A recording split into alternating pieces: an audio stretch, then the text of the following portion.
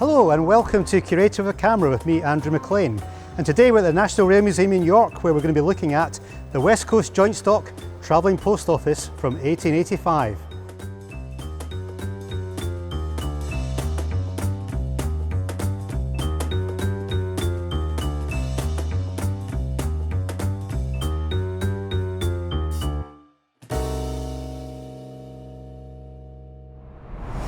The transport of mail by rail goes way back to the time of the Liverpool and Manchester Railway, which opened in 1830, the first inter-urban or intercity railway connecting Liverpool and Manchester. And as well as passenger trains, a lot of freight was carried on that service, and including, for the first time, mail was being transported.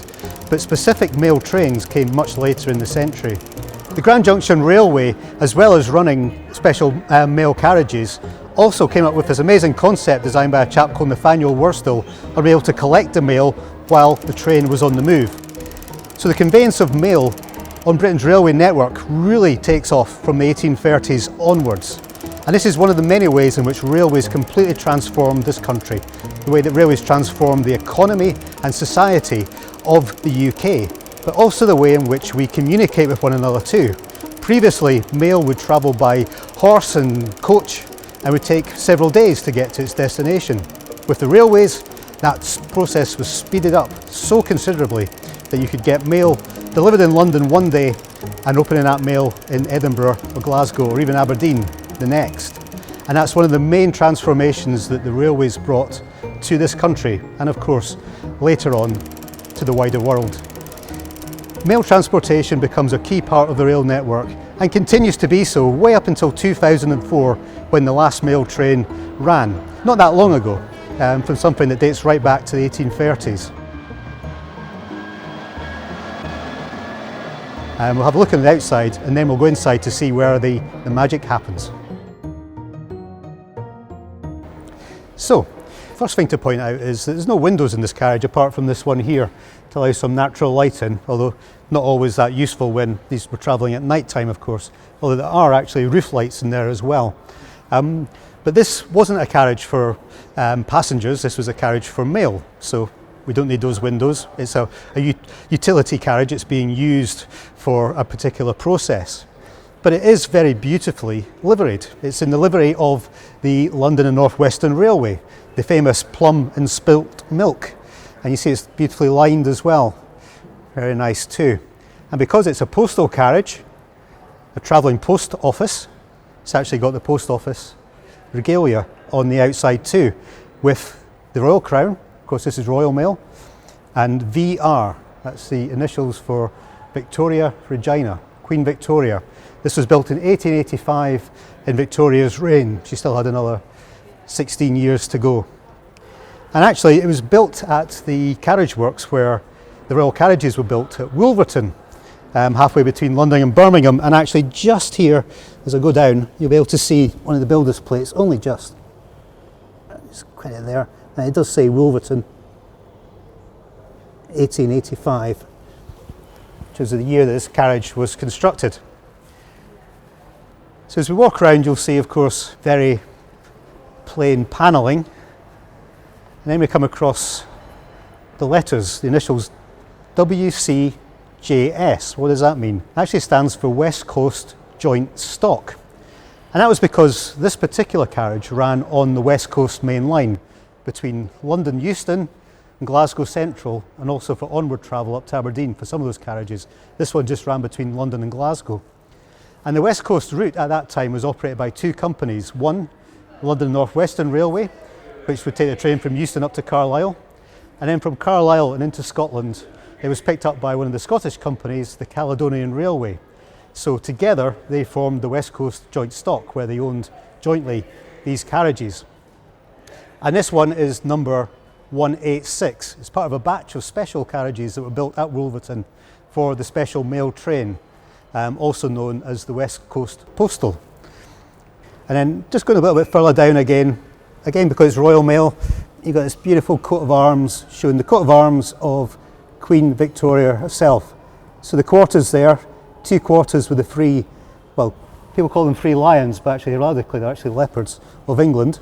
And then you've got the lion rampant of Scotland in the top right hand corner, and the bottom left-hand corner you have the Harp of Ireland, because the whole island of Ireland at that time was part of Great Britain and Ireland, both part of the same group of countries. So walk around. One other interesting thing here we'll come on to when we get inside, but you've actually got a gangway. And unusually, gangways today in carriages, if you get a train today, are in the centre of the carriage. This one, as you come out, is actually off-centre, and that's because of all the equipment that you see inside this carriage. We'll come on to that in a moment. I'll explain a little bit more. But in 1885, to have a gangway in a carriage was very, very unusual. A lot of carriages just had closed ends, so you couldn't actually walk through the train. That comes later, partly for safety reasons. Obviously, you would feel much more safe if you could move around the carriage. You weren't trapped in a carriage. It sometimes happened with some early railway crimes. But also, as passenger travel started to expand to include things like dining cars and so on, you'd be able to walk through to go to restaurant cars and what have you. So this is a very early example, I think the earliest example in the collection here at the National Railway Museum of a carriage with a gangway. Now let's just come round again to this side. And again, you've got the letters WCJS, West Coast Joint Stock, number 186, and the coat of arms. Now what we can't see, because we're actually at the platform here, you'll see it actually forms part of a longer train here at the NRM, is the fact that this has actually got 8 wheels on this particular carriage. A lot of carriages prior to that only had the 4 wheels, so this brings extra stability. This is 42 foot long, this particular carriage, so it's much longer than previous mail carriages as well. So it's really a sort of step up from the what went before. Really a reflection of the fact that the mail traffic was growing so fast in the late Victorian period that longer trains with higher capacity had to be provided. There's a kind of curious thing outside here as well, this little pipe that comes out of the carriage body, as you can see.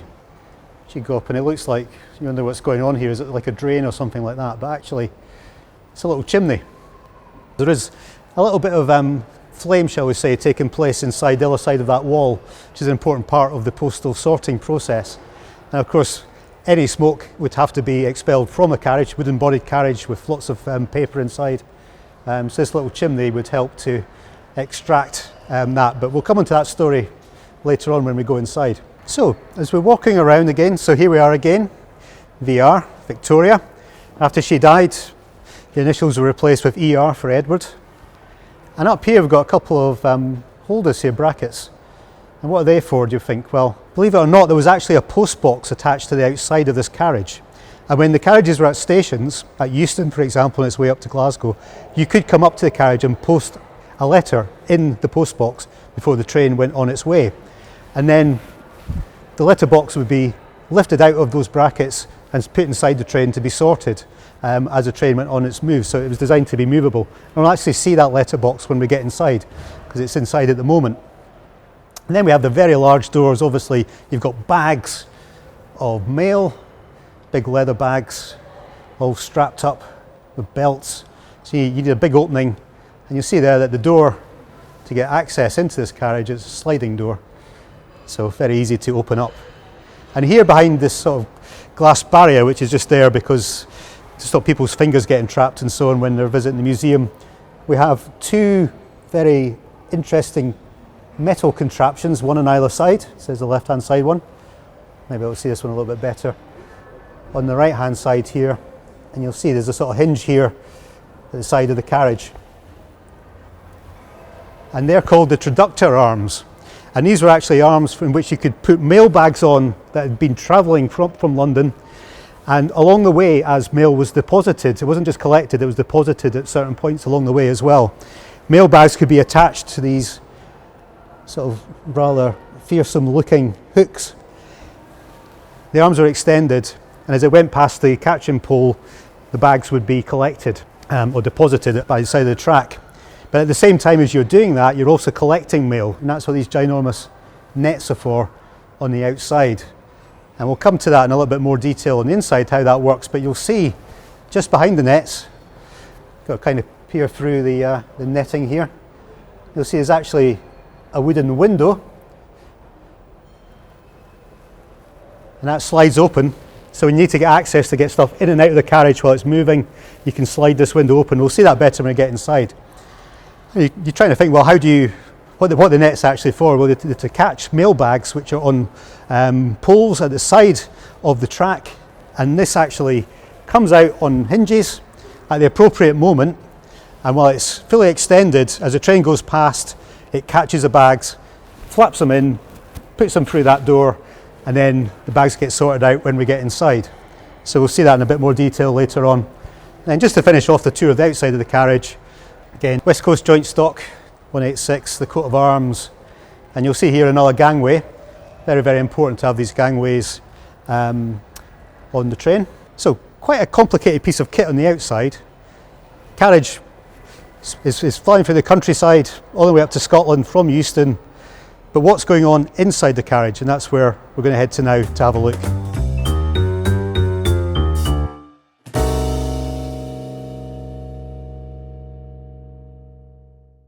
Okay, so now we're inside the travelling post office.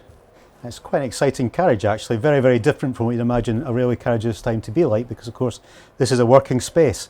You have men in here sorting mail out as the train is on the move from London to Scotland. And we'll just go around a little bit and actually have a look at some of the sort of details inside of here. We'll start at the bottom of the carriage, because that's the gangway that leads out to the next carriage that you see the bottom there. All leather protection, everyone's been thrown about a bit by the train as it's moving along. But we do have lights. We've got the top lights here in the roof, you see, and that goes all the way down the carriage. Also got ventilation here, could get a little bit stuffy here at night time, and particularly with the lighting. Now the lights at the moment are electric, but originally in this carriage they were gas, and in fact this carriage, which ran between 1885 and 1934, was gaslit for that entire period of use. So you can imagine what the light must have been like in here. But let's see, as we come down, you'll see a whole array of pigeonholes. And actually, if we come round to the one here, you'll see that each pigeonhole is numbered. And it goes from number 1 all the way down to number 45 there. And each sorter had their own station effectively. 45 pigeonholes in which to sort out the mail while the train was on the move. But it wasn't just mail that was being sorted here, it was larger parcels as well. So beside the mail pigeonholes, we've got larger ones here, and they go way up into the 70s in terms of the number. And you'll see they're a lot deeper and also wider as well. And this was for the sorting of parcels, but also newspapers as well. These trains did carry a lot of newspapers also. And as you come down, you'll see quite a lot of sorting space as well, the sorting tables effectively, where people would stand to sort out mail, parcels and newspapers, or also, coming back round again, some had their own little seats as well to sit on, a little bit more comfort while you're going about your night's time's work effectively. But that's quite interesting from this side of the carriage. But then we have to swing round, because on the outside we'd looked at the catching bags, the catching net for the bags, and how you had the sliding window which would open at the right points along the route, and there were many, many points at which mail was caught and delivered as the train travelled along, including this sliding hatch here that you see. So that would be opened up along the route at the right points. And we've also talked about the traductor arms as well. As you see coming around, I mean, you'll see there's all sorts of mechanisms, very hard to film because of the darkness, but also because of this perspexy stuff. But you'll come round, you'll see the traductor arms, might just be able to get down there a little bit to have a look, in which the mail bags were attached. Also on the approach to the catching point, so as well as bags coming in, there were bags going out as well. So a real hive of industry going on here, these big leather sacks with these huge leather belts that were tied around, which would then be taken out of the train as it moved at speed. You actually see the bags, there were so many bags of course, all had to have their own little hooks to hang them on, and you'll see that actually on this side of the carriage there are lots and lots of hooks. So this is the one half of the carriage, but we're going to go and take a wander down to the bottom of the carriage now. Got the big pigeonholes we've just finished with. Another door here. This is the only door with a window to the outside. Big doors, of course, for getting mail in and out from both sides. And we'll come round, and there's more sorting space here, more pigeonholes. But also, on the outside I mentioned that you could post mail when mail trains were at the station, and had the mailbox which is then brought inside to be sorted when it's on the move. And here is that letterbox. So this would be on the outside of the carriage. So when it left Euston at 8:30 of a weekday, that carriage would have had this letterbox outside up until about a minute or so before departure. And you'll see there, letters posted here must bear an extra halfpenny stamp. You had to pay a little bit extra for that. But if you want to get mail in a hurry, and you ran down to Euston or whichever station was local to you, and you want to get some mail off very quickly, a letter off quickly, that was a way to do it. So that's that letterbox that moves in. And you'll see there's quite a lot of letters actually in these pigeonholes, just to give a sense of what this was like. You can imagine what it must have been like working here with these little leather seats. And beside that, you've got your own drawer with all sorts of little things in there that you would need as part of the sorting process. If you're standing up or moving, you've also got the matting here, which sort of springs, gives you a bit of spring at least. Very hard on the feet otherwise in a carriage like this. And of course, being a mail train, you've got loads and loads of sacks, and these are genuine post office train sorting sacks which have been used. But if you remember, there was also that little chimney outside, and here it is on the inside, so you can see where that pipe from the outside went to. And as we come down, you see it's like a little stove effectively, a little burner. And this is called the sealing lamp. For some of the more important mail, the people in here that were working with that would have to seal the bags or seal the mail up, seal the parcels up, using wax seals that had to be melted. And that's where the heat comes from.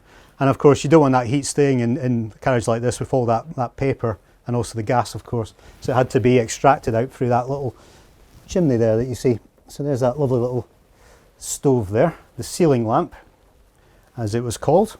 Then we go down to the bottom of the carriage now, because there's a section here which is behind some wire mesh, and that's actually for the registered mail.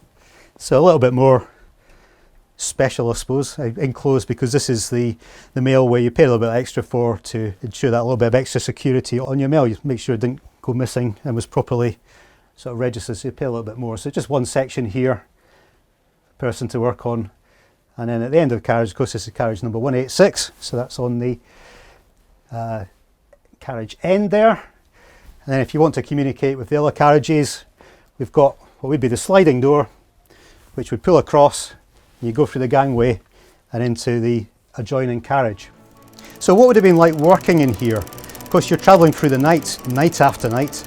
It'll be warm, it's stuffy, you've got mail to sort, you've got to put it into the right pigeonhole, and then you've got to get that bagged up, and then more mail is coming in while you're on your journey. Now the crews did change over on the route.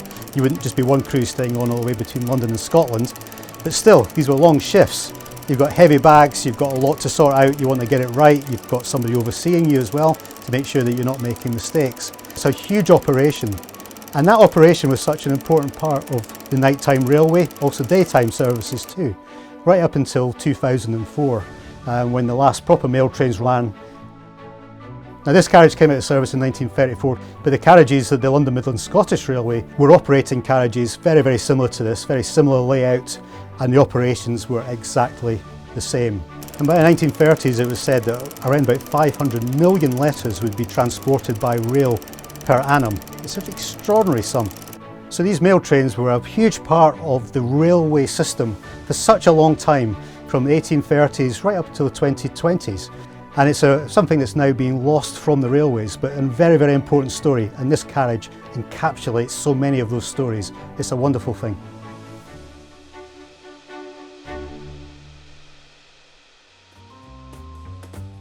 Well, we do hope you've enjoyed this express delivery version of Curator for Camera, signed, sealed and delivered. And if you have done, please do like and subscribe.